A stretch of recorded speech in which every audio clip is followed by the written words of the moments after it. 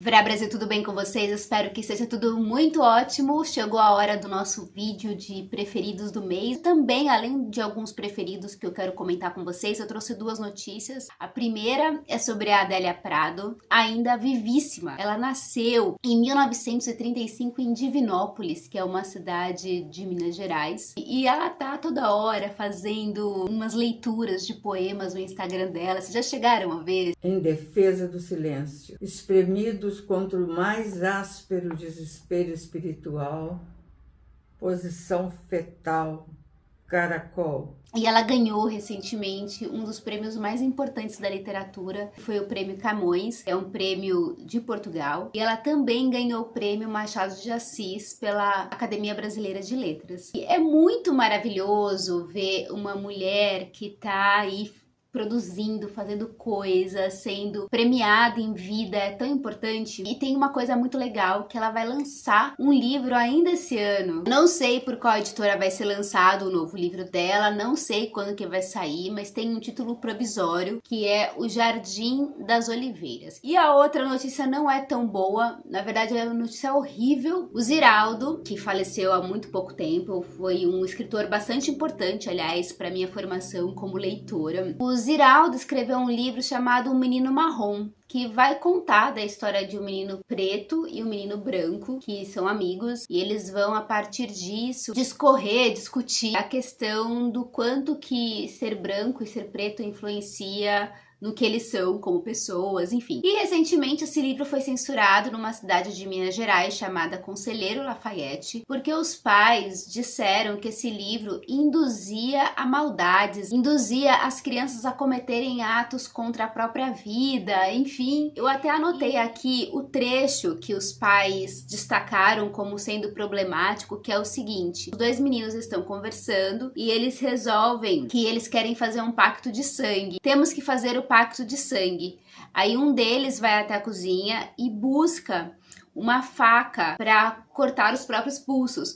Só que essa cena, ela termina de um outro jeito. Eles acabam fazendo de fato o pacto de sangue, mas eles acabam usando uma tinta para fazer esse pacto. Existe uma sutileza nas escolhas do autor para narrar essa cena, e existe uma total incapacidade desses pais de lerem essa sutileza. E eu fiquei pensando muito sobre essas questões de censura que tem rolado. O que os pais ou nós podemos fazer quando a gente vê uma obra que de alguma maneira incomoda a gente? A literatura, a arte de uma forma geral, ela deve ser incômoda, sim. Ela não deve estar ali só pra te agradar, pra falar coisas com as quais você concorda. Eu acho que é importante quando ela, inclusive, vai contra as coisas que você pensa, porque é uma possibilidade imensa de você discutir isso com as pessoas que estão por perto de você. No caso, se você for pai, se você for mãe, você conversar sobre isso com seus filhos. Então é uma grande oportunidade de você poder ampliar o debate, perceber outras possibilidades de vida que não aquela que você vive. Se você não concorda com o que o Ziraldo escreveu, não existe problema algum, porque cada família tem sua ética, tem seus valores, mas você simplesmente censurar significa que você não quer que o diferente permaneça no mundo. E se você é um pai que não concorda com a forma como o Ziraldo escreve, é uma grande oportunidade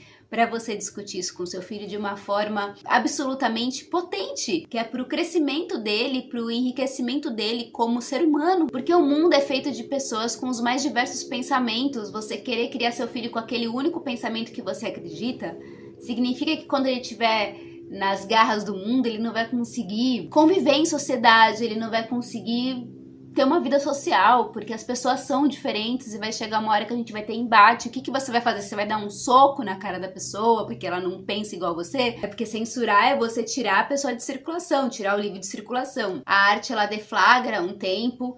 É claro que tem muitas coisas que foram ditas lá atrás que hoje em dia não fazem o menor sentido, porque a gente já tem discutido muitas questões e algumas coisas realmente ficam deslocadas, dependendo da forma como foram utilizadas, mas simplesmente modificar essas obras para que elas fiquem mais palatáveis no nosso tempo, ou censurar, isso não faz sentido. Eu acho que é importante que elas permaneçam para que a gente possa discutir como a nossa sociedade foi se modificando ao longo do tempo. Quando você simplesmente quer que apague, a gente apaga a nossa história, porque a arte é uma forma de documentar a nossa história também. No caso do livro do Ziraldo, as coisas voltaram ao normal. A justiça determinou que os livros voltassem para as escolas. Esse mês eu li um livro muito maravilhoso chamado O Caderno Proibido, de uma autora chamada Alba Cespedes. É uma autora italiana, foi escrito lá em 1952. É um diário,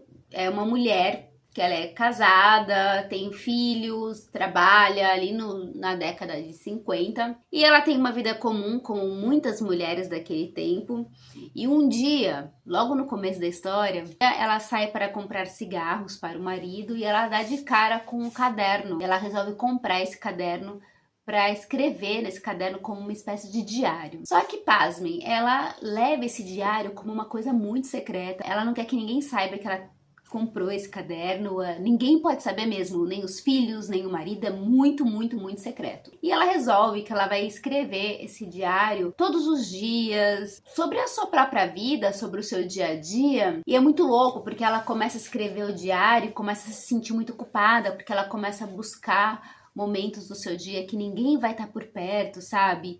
Que ninguém pode saber o que ela tá fazendo. Ela esconde o diário, as 7 chaves. Cada dia ela encontra um esconderijo novo para esse diário. Vira uma coisa absolutamente secreta e ela vai escrevendo as coisas que passam pela cabeça dela, as coisas que ela tá sentindo em relação ao marido, em relação aos filhos, em relação ao trabalho. Cada vez aprofundando mais esses temas. E no começo ela acha até que ela não tem muitas coisas para escrever, porque ela tem uma vida teoricamente banal e que ela não teria muitas coisas para colocar nesse diário, mas essa discussão dela sobre as banalidades da vida cotidiana revelam profundamente a mulher daquele tempo. E é muito impressionante ler o diário de uma mulher que viveu lá nos anos 50, reverberando agora em 2024, porque o meu mundo realmente é muito diferente do da personagem da Valéria aqui. Mas as discussões que ela traz, os questionamentos que ela traz em relação à sua própria existência, à sua própria vida, os seus desejos, os seus valores, as suas insatisfações, as suas frustrações, são os mesmos da mulher contemporânea de hoje. E é muito revelador sobre a condição feminina ao longo dos anos. Eu comecei a ler esse livro e de cara por todo esse contexto, imediatamente eu me lembrei desse livro aqui da Virginia Woolf, Um Teto Todo Seu, que é um livro que muitos de vocês já devem ter ouvido falar, já devem ter lido, enfim, são ensaios que ela vai discorrer aqui sobre a escrita das mulheres. E ela vai falar, né, que uma mulher, ela precisa, para escrever, ter um teto todo seu, precisa ganhar sei lá quanto de dinheiro por ano para poder preservar esse lugar da escrita. E ela também discorre sobre a diferença da escrita dos homens e das mulheres, justamente porque a mulher tem um tempo muito limitado para escrever e as temáticas, inclusive, são diferentes, né? Porque a gente vive realidades diferentes, principalmente antigamente, que as mulheres eram muito limitadas ao espaço interno, né, ao trabalho doméstico, aos filhos, ao marido, enfim. Então eu achei que esses dois livros aqui tem tudo a ver um com o outro. E aí uma outra reconexão que eu fiz, que tem a ver com esses dois livros aqui, foi com um filme chamado As Horas, que ele é com 3 atrizes incríveis, a Meryl Streep, a Julianne Moore e a Nicole Kidman, que esse filme se passa em 3 épocas diferentes. A Nicole Kidman faz a Virginia Woolf, a Julianne Moore faz uma mulher que lê o livro Mrs. Dalloway, que a Virginia Woolf está escrevendo lá no passado.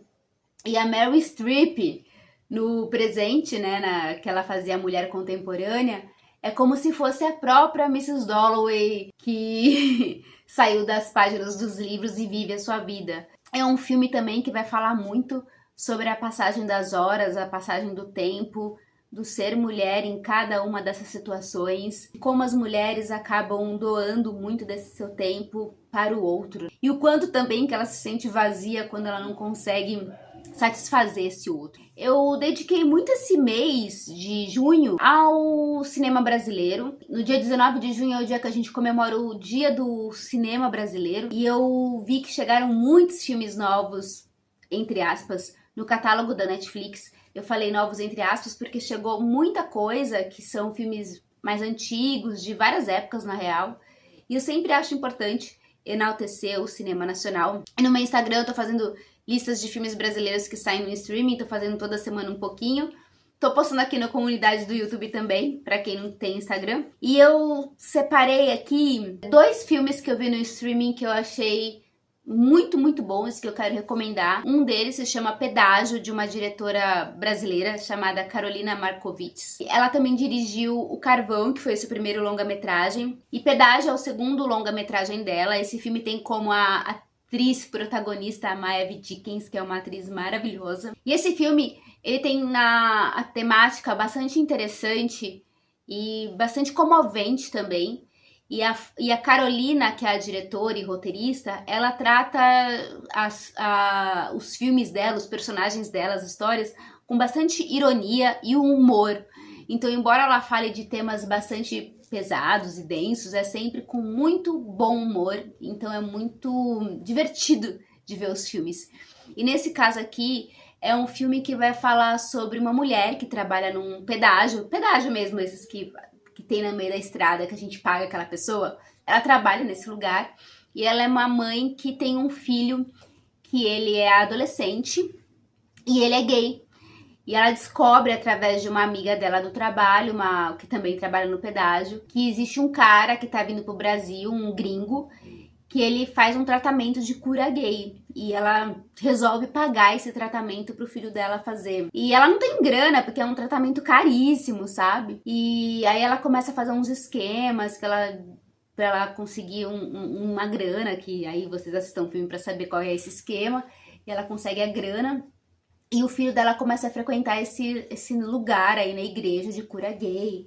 E aí é absurda as cenas desse filme nesse momento em que tá tendo a cura gay, são absurdas, assim. Você vê nas cenas que é um baita de um charlatão, enfim, é maravilhoso esse filme. Esse filme tá disponível na Globoplay. Vale muito a pena assinar a Globoplay, gente, porque tem muita coisa brasileira e eu acho que é o catálogo que tem mais filmes brasileiros de todos. O outro filme que eu quero recomendar, outro brasileiro maravilhoso, chama-se Sem Coração, que esse tá disponível na Netflix. E esse filme é um filme que se passa em Alagoas. Por acaso também tem a Maeve Dickens como a mãe de uma das adolescentes do filme, da protagonista, mas a Maeve faz um papel menorzinho nesse filme. É um filme que vai falar sobre o amadurecimento. Então a gente vai ver um núcleo de jovens, adolescentes, que estão ali naquela fase que estão quase terminando o ensino médio e vão para a universidade.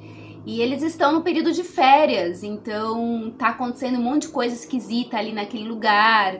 Eles aprontam todas e a gente vai acompanhar principalmente 2 meninas que estão nesse momento de descobrir que quer crescer, que quer ser adolescente, sabe essas coisas assim? E tem uma outra coisa que me chamou bastante atenção também, é que tem um lugar de mistério, sabe? Tem uma coisa meio mágica que acontece ali com aqueles adolescentes, que tem tudo a ver com férias, com esse lance da nossa imaginação, que a gente imagina tanta coisa que a gente acaba vendo coisas, sabe? Coisas assim. Uma outra coisa também que eu assisti esse mês, eu assisti muitas coisas, tá, gente? Eu separei esses 2 porque senão a gente fica aqui horas falando. Teve vídeo aqui no canal esse mês sobre o filme Grande Sertão, que é uma adaptação do Grande Sertão Veredas do Guimarães Rosa, que eu tenho várias ressalvas em relação a esse filme, mas eu vou deixar aqui na descrição para você assistir a minha pequena crítica sobre esse filme. Mas eu acho também que vale a pena assistir no cinema, não sei se está em cartaz ainda, espero que sim,